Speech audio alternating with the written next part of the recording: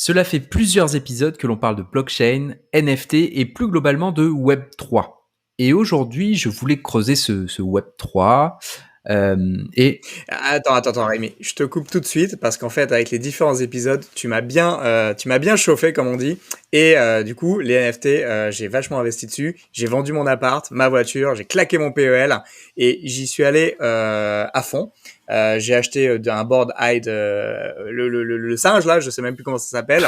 J'ai acheté même une propriété virtuelle sur Decentraland et je compte continuer à faire flamber la carte bleue numérique. Donc j'espère que tu vas nous donner encore de nouvelles pistes parce que je commence à être à fond. Alors justement, en fait, je voulais parler des voix qui commencent à se demander si tout ce Web3 n'était pas juste une grosse arnaque. Bonjour et bienvenue sur encore un podcast tech.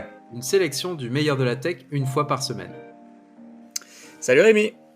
Salut Greg, comment ça va ? Ça va super, merci et toi ? Eh ben écoute, nickel.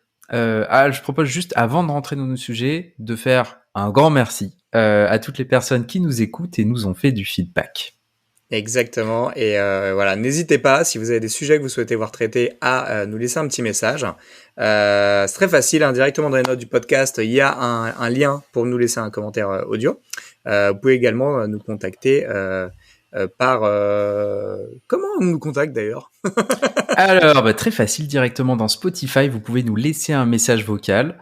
Sinon, vous pouvez aller voir sur encore un podcast.tech sur votre navigateur préféré. Et sinon sur Twitter, ou sinon directement sur nos LinkedIn, sur nos Twitter, vous trouverez tous les liens dans la description. Exact. Donc n'hésitez pas à nous laisser du feedback, et puis si vous voulez nous aider, c'est très simple, vous laissez une petite note sur votre application de podcast, ça prend 2 secondes mais ça nous aide vachement, ou encore bien, ou mieux, ou différent, ou complémentaire, vous en parlez à quelqu'un autour de vous, en disant « Ah, j'ai entendu un épisode super sympa sur tel sujet », et bim, je te l'envoie, et ou les inscrire. Ou même mieux, ça marche aussi. Voilà, vous prenez son téléphone des mains, vous l'inscrivez, et puis il vous sera très reconnaissant, je pense. Exactement. Ok, du coup, on peut entamer le sujet. Alors, de quoi on parle aujourd'hui, Rémi ? Alors, on va parler de Web3. Est-ce que c'est une grosse arnaque ou est-ce que c'est le futur du web ? Mais avant ça, je voudrais te demander, Greg, c'était juste, t'as pas vendu ton appart pour acheter une parcelle sur Decentraland quand même ? Non, pas encore, j'avoue. Ah, ouf. Ne faites comme Greg, faites attention. Ne succombez pas, ne vendez pas toute votre vie pour acheter des NFT qui peut-être vous feront tomber, ne plus rien avoir, tomberont à zéro, quoi. Donc voilà. Tu peux nous rappeler du coup, Rémi, parce qu'on parle beaucoup de Web 3, mais alors c'est quoi le Web 3 et puis c'était quoi les Web 1 et 2 ? Parce qu'en fait, je sais pas si c'est clair pour tout le monde ces notions-là. Alors je pense pas. C'est même encore peu clair pour ceux qui en parlent. Mais Fred Cavazza, qui est donc sur les internets depuis très très très longtemps et que je suis depuis très très très longtemps, que j'aime beaucoup, qui est consultant, a fait un bon récapitulatif de ce que sont le Web 1, Web 2, Web 3. Donc pour résumer, le Web 1, c'est un web décentralisé en expansion, sur lequel on avait des plateformes, des portails en fait. Donc je sais pas si vous êtes là depuis longtemps, vous vous souvenez peut-être du portail de Yahoo, sur lequel on avait la météo, les actualités, vos mails, enfin voilà, vraiment tout sur une seule page. MSN également. C'est là que Google aussi est né, qui nous permettait d'avoir une seule page pour aller chercher des éléments. Ces plateformes étaient assez fixes, créées par des éditeurs, donc des pros du web qui créaient le site, codaient, postaient des articles, des vidéos, etc. Et c'était généralement la pub qui permettait de nourrir ces sites, donc via l'affichage de bannières. Et c'était assez statique. Le Web 2, c'est une évolution de ce web-là, et qui va passer d'une décentralisation, donc avec plein d'acteurs différents, à un truc plus centralisé, avec notamment les médias sociaux, genre Facebook, Twitter, YouTube, sur lequel vous pouvez finalement aller sur la plateforme et ne pas en sortir. Donc sur Facebook, vous pouvez tout faire, vous pouvez communiquer avec vos amis, voir des vidéos, acheter, vendre. Ce qu'ils ont essayé de créer, c'est quelque chose de créer une plateforme captive dans laquelle ils arrivent à récupérer du contenu un peu partout et vous allez pour que vous passiez le plus de temps possible sur leur plateforme. Les GAFA, dans leur majorité, Exactement, sont les GAFA, apparus tout simplement, à cette tout époque-là. Si simplement. on retient bien Voilà, Microsoft. exactement. Donc Et, GAFA et pour Apple, ouais, bon, en fait, non, pas tous. ouais. Ouais, non mais c'est ça. Bah, Apple, c'est une plateforme et l'idée c'est que il y a très peu de ponts entre Apple par exemple et Windows ou Apple et Android. L'idée d'Apple, c'est qu'une fois que vous utilisiez Apple, c'est que vous restiez, vous achetez l'iPad, le MacBook et les services bien sûr qui vont bien avec. Et là, c'est sur ce Web 2 qu'ont commencé à apparaître les publicités ciblées. Parce que Facebook vous connaît très bien, vu qu'il sait ce que vous avez liké, il sait ce que vous partagez, il vous connaît bien, il est capable de créer un profil qui va vous cibler. Et donc le Web 3, plusieurs manières de l'écrire, certains l'écrivent Web 3 tout attaché, d'autres Web espace 3.0, mais cela n'a que peu d'importance. Utilisez celle que vous préférez. Vous pouvez même écrire Web espace 3. Et là, c'est un web qui essaye de revenir à l'origine d'Internet, donc c'est-à-dire un espace qui va être décentralisé, où chacun est propriétaire de ses données. Donc ça la structure au fond, ça va être Ethereum, qui est une blockchain, mais bien sûr, ça peut être une autre blockchain, mais celle qui est le plus utilisée actuellement, ça va être Ethereum, qui est un peu pas une plateforme, une sous-plateforme, disons le socle, sur lequel tout le monde va venir bâtir des applications qui vont être décentralisées. Et de l'autre côté, on a l'explosion de petites communautés. Et donc ça, c'est un sujet qui m'intéresse beaucoup et qui intéresse aussi beaucoup Craig, avec la creator economy, où en fait des créateurs complètement indépendants vont réussir à vivre de leur passion et de ce qu'ils créent finalement, en devenant des sortes de petites communautés sur lesquelles moi, utilisateur, par exemple, je vais aller payer le créateur parce que le contenu qu'il va créer va m'intéresser et les gens avec qui je vais pouvoir interagir, donc par exemple sur Discord ou sur les forums de Substack, on va pouvoir échanger des idées pour creuser plus ce sujet-là. En gros, l'idée, c'est quand même de sortir de l'adossement et de la dépendance des grosses plateformes. C'est un petit peu ça, Ouais. le moteur. Ça, continuer d'y être parce que c'est important. Mais par contre, effectivement, essayer de ne plus être dépendant d'algorithmes ou de plateformes, c'est-à-dire du référencement Google ou d'un algorithme de réseau social, par exemple, parce que finalement, on s'est bien rendu compte qu'il y avait des limites et que c'était pas la solution la plus pérenne pour construire des business. Et enfin voilà, ça peut tourner en fonction des agendas de ces plateformes. Et donc un des objectifs justement, ça peut être justement de pas être adossé à ces plateformes et d'être sur d'autres supports qui sont soit propriétaires, soit décentralisés, et d'être dessus en priorité. Ouais. Et d'ailleurs, en fait, la promesse un petit peu idéale de ce Web3, c'est que chacun, donc toi Greg, moi, on soit propriétaire de nos données et on décide finalement à qui les donner et quand. Là où actuellement, quand je vais sur Facebook, Facebook a des milliards et des milliards de données sur moi et sur chaque être humain sur Terre qui l'utilise.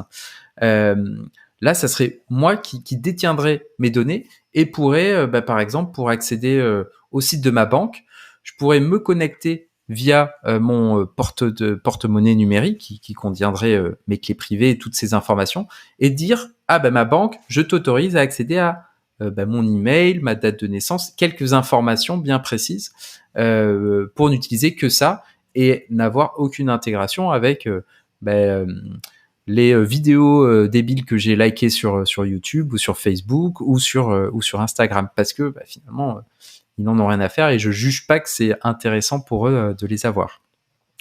Et mais ça va être quand même difficile à atteindre pour une seule et bonne raison, c'est qu'actuellement ça demande quand même beaucoup d'efforts pour posséder toutes ces informations. Ça voudrait dire qu'en fait, chacun devrait se monter son serveur perso chez lui avec toutes ces données et qui est un service qui puisse fonctionner 24 heures sur 24 pour gérer les liens à tous ces services. Et ça, c'est un petit peu complexe. Toi, Greg, par exemple, tu as un site perso, est-ce que tu l'héberges sur un serveur chez toi? Non, pas du tout, mais c'est vrai que alors moi ça m'est jamais venu à l'idée parce que c'est ça j'ai pas C'est l'intérêt. Mais par contre, c'est vrai qu'au tout début du web, je me souviens quand il n'y avait pas d'offre de d'hébergement aussi enfin Oui, plug facile. and play, facile à utiliser qu'aujourd'hui et aussi peu cher aussi. En fait, il y a beaucoup de personnes qui hébergeaient justement leur site parce que t'avais pas de vidéo, t'avais pas de, tu vois, c'était beaucoup plus simple et qu'il l'hébergeait directement sur sur des ordinateurs chez eux, quoi. Donc je sais que c'est quelque chose qui a existé, Ouais, mais qui est pas du tout voilà une bonne pratique aujourd'hui et c'est vraiment pas le chemin le plus court et le plus simple. ouais. Non, ça c'est sûr, c'est sûr. Et donc bon, ça c'est le vœu pieux. Donc j'espère qu'un jour on y arrivera. Au final, il faudrait juste qu'il y ait peut-être un inventeur génial qui propose des plans ou même un outil spécifique pour que chacun puisse avoir peut-être un petit boîtier chez soi ou à promener ou directement une application dans notre smartphone qui puisse gérer tout ça pour nous, mais de façon facile et de façon ouverte, que en fait moi je me mets à développer, je puisse créer ma version un petit peu optimisée ou spécifique de cette application. Mais bon, on n'y est pas encore. Donc, Enfin si je bref. comprends bien, le Ouais. Web3, voilà, c'est un petit peu la panacée, la solution, parce que voilà, c'est vraiment décentralisé par rapport aux autres plateformes. Tout à fait, parce que tu as ce socle Ethereum, mais ça peut être d'autres, d'autres blockchains, genre Solana ou les Français de chez Tezos, sur lesquels on peut ajouter des applications et chacun peut interagir avec ces applications via un outil décentralisé. Donc, dont tu es le seul détenteur des clés. Ok. Et le problème, c'est qu'actuellement, sur ces blockchains, on a recréé ce système de plateforme. Et c'est ça il y a quelques semaines, il y a quelques voix qui ont commencé à s'élever pour dire, en fait, votre Web 3, il est rigolo, mais c'est pareil que le Web 1 et le Web 2. Et on a totalement Moxie Marlinspike, qui est connu parce qu'il est fondateur de l'application de messagerie cryptée Signal, mais qui est à l'origine un développeur très prolixe et fan de cryptographie et de cryptographie. Il a donné un exemple concret de cette soumission en quelque sorte aux plateformes. Il a créé un NFT, donc sur la plateforme Ethereum.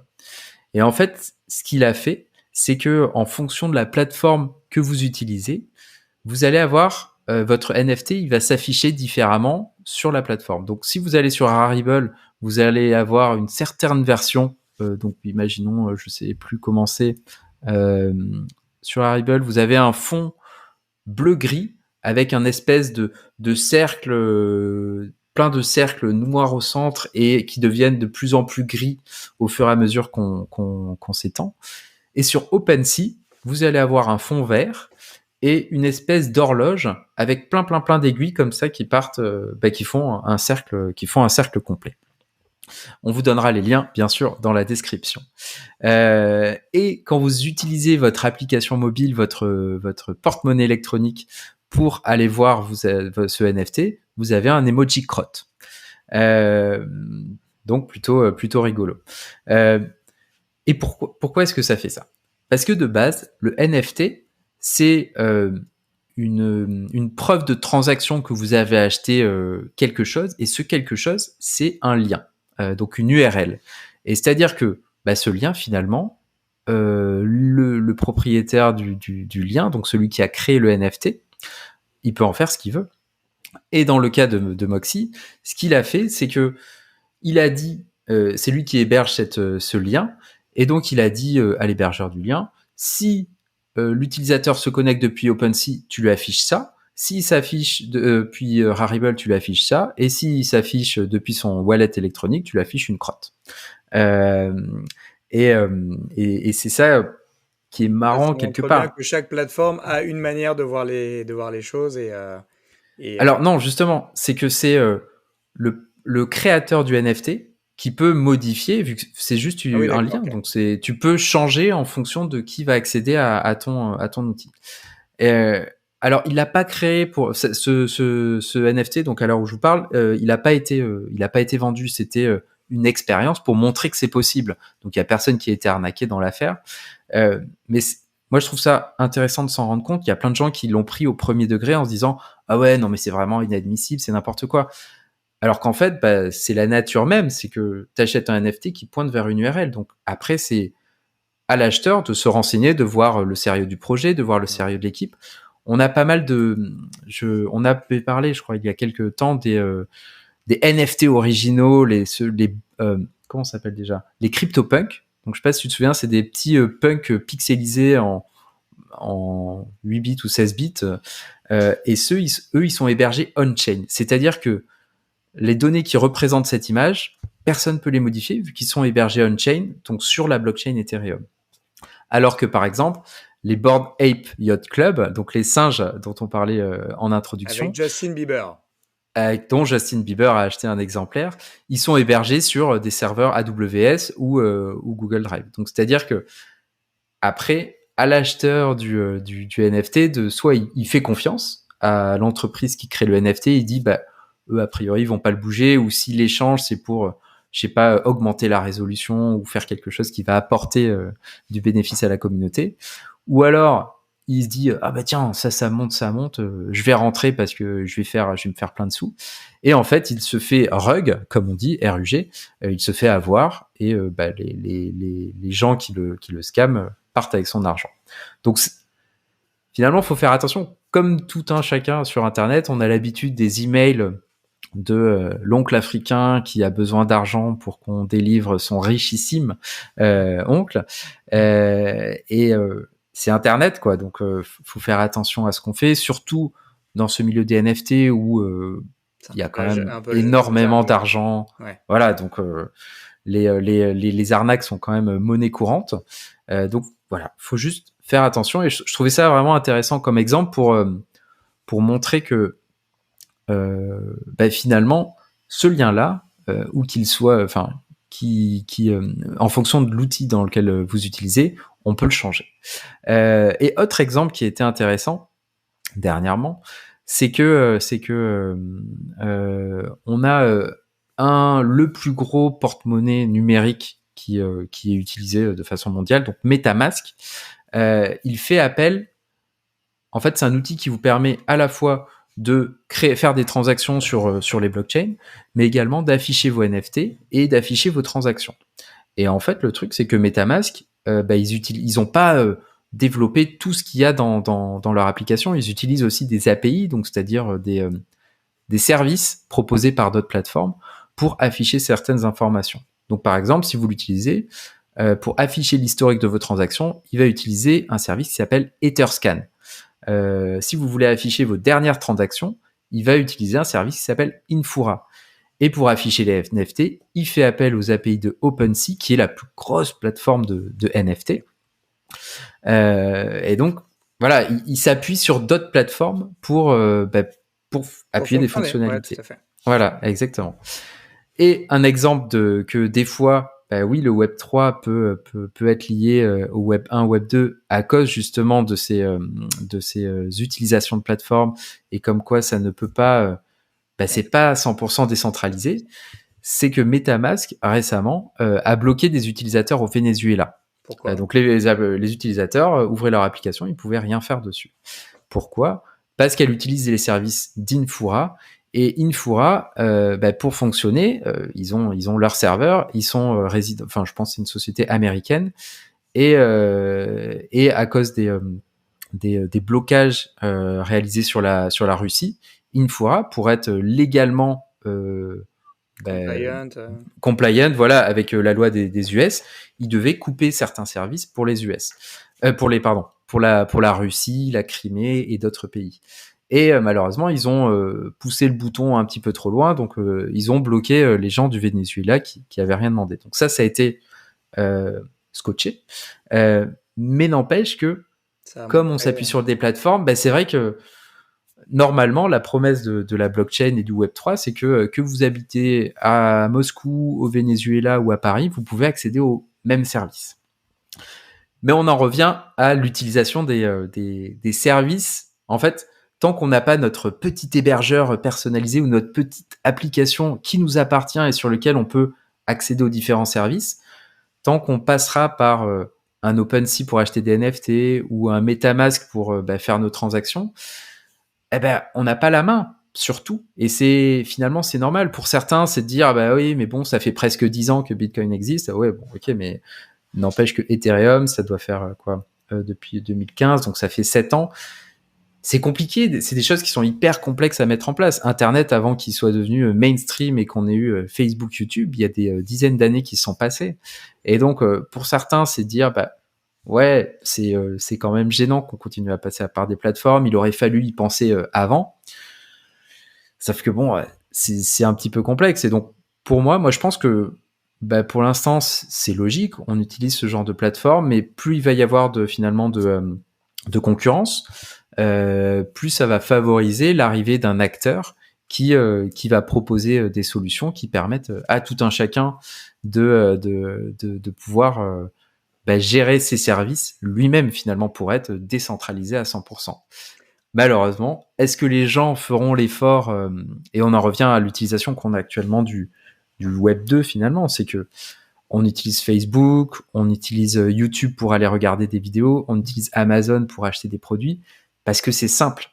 Et donc, il faudra attendre, ou alors peut-être que certains de nos auditeurs, ça va créer des envies d'être la personne ou l'équipe de personnes qui va créer le ou les produits, les solutions qui permettront à chacun d'être décentralisé, finalement propriétaire de ces données.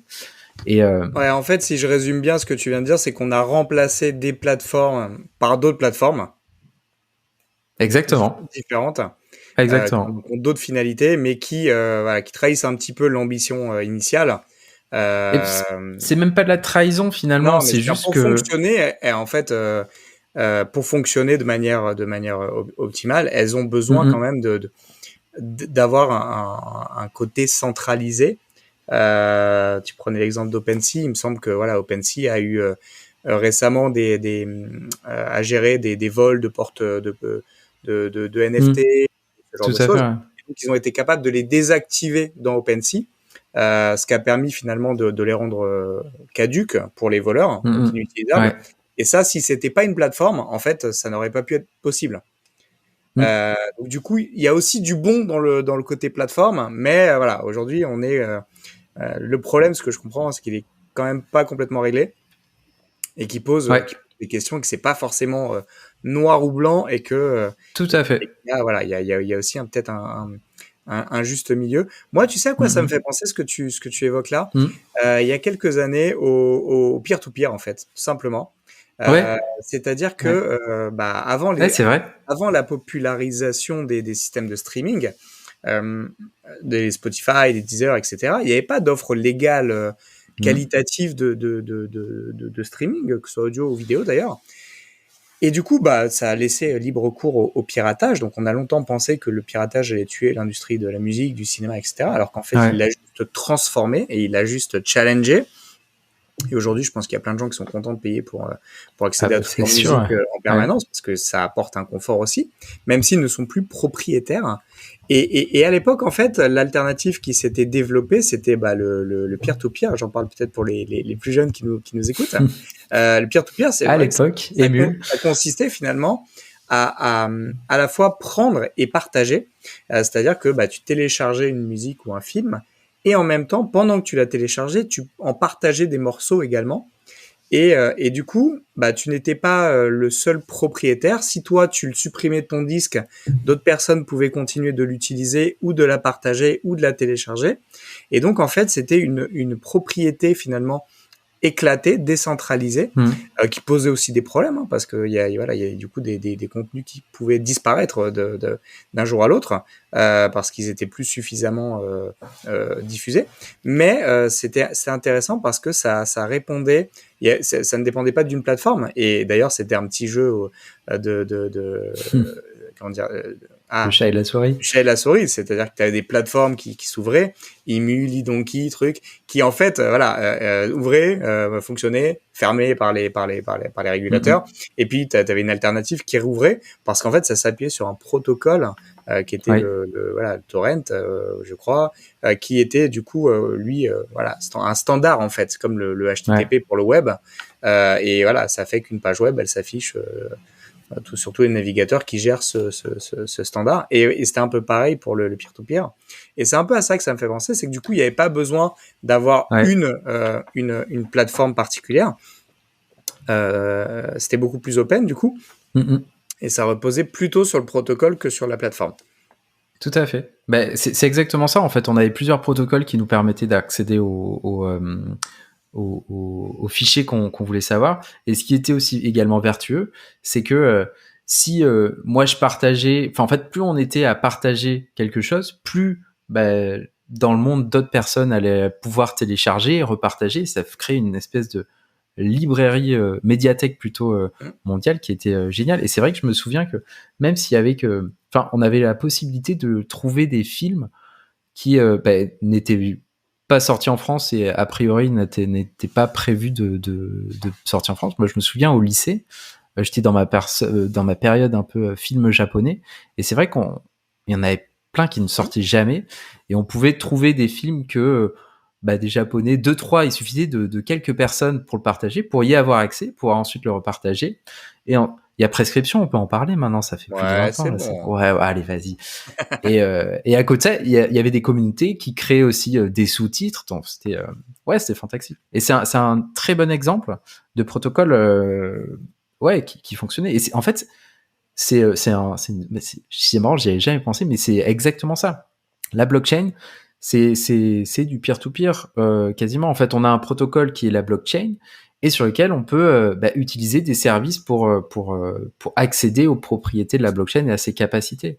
Et donc, par exemple, OpenSea, depuis le début de l'année ou depuis la fin de l'année dernière, il commence à y avoir des compétiteurs qui arrivent et sur lequel on peut, si on n'est pas content d'acheter un NFT sur OpenSea, comme il est sur la blockchain, on peut l'acheter sur LooksRare ou sur qu'est-ce qu'il y a d'autre, X2Y2.io. Et donc voilà, donc et c'est ça la magie aussi de la blockchain, c'est m'inspire confiance quoi. Ouais, exactement. Ouais. Non, c'est vrai que c'est un peu chelou. Ouais.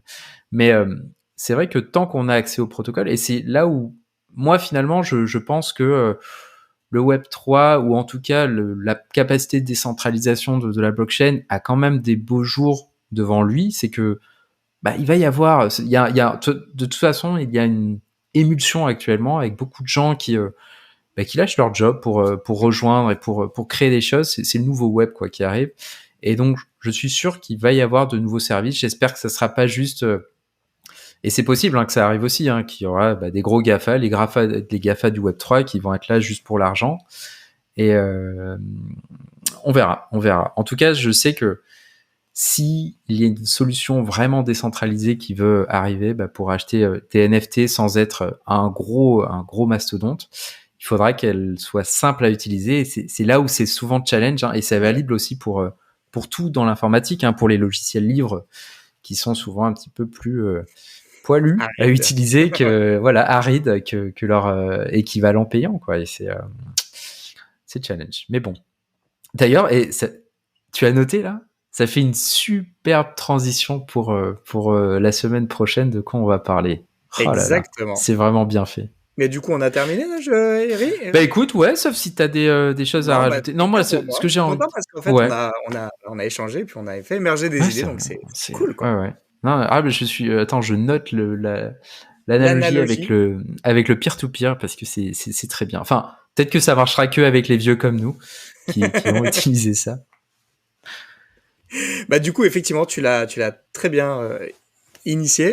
Ça fait une très bonne transition avec notre épisode de la semaine prochaine, puisqu'en fait, la semaine prochaine, on va parler d'applications. Et en fait, on va parler de pas n'importe quelle application, puisqu'on va parler d'une application. De quoi on va parler ? Attends, je suis en train de retrouver mes notes.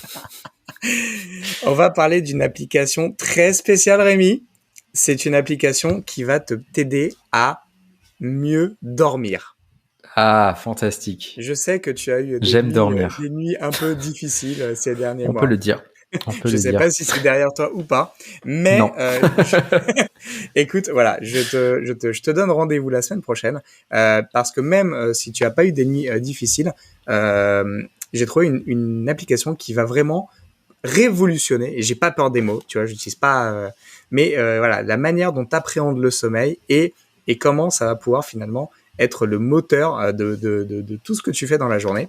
Et voilà, donc c'est une application qui va vraiment, sur laquelle il y a des très grosses promesses et je veux absolument vous en parler. Et donc, je vous propose de nous rejoindre la semaine prochaine. Eh ben, écoute, avec grand plaisir. Merci. Et merci à toi, Greg. Et à la semaine prochaine, du coup. Ah ouais, la semaine prochaine. Salut. Merci de votre attention. Si l'épisode vous a plu et que vous souhaitez nous aider, laissez votre avis sur Apple Podcast, car les podcasts, c'est le truc le plus dur à découvrir. Pour recevoir chaque nouvel épisode à sa sortie, abonnez-vous sur encoreunpodcast.tech. Vous pouvez également vous abonner à nos newsletters gregtayeb.substack.com et lebrief.tech.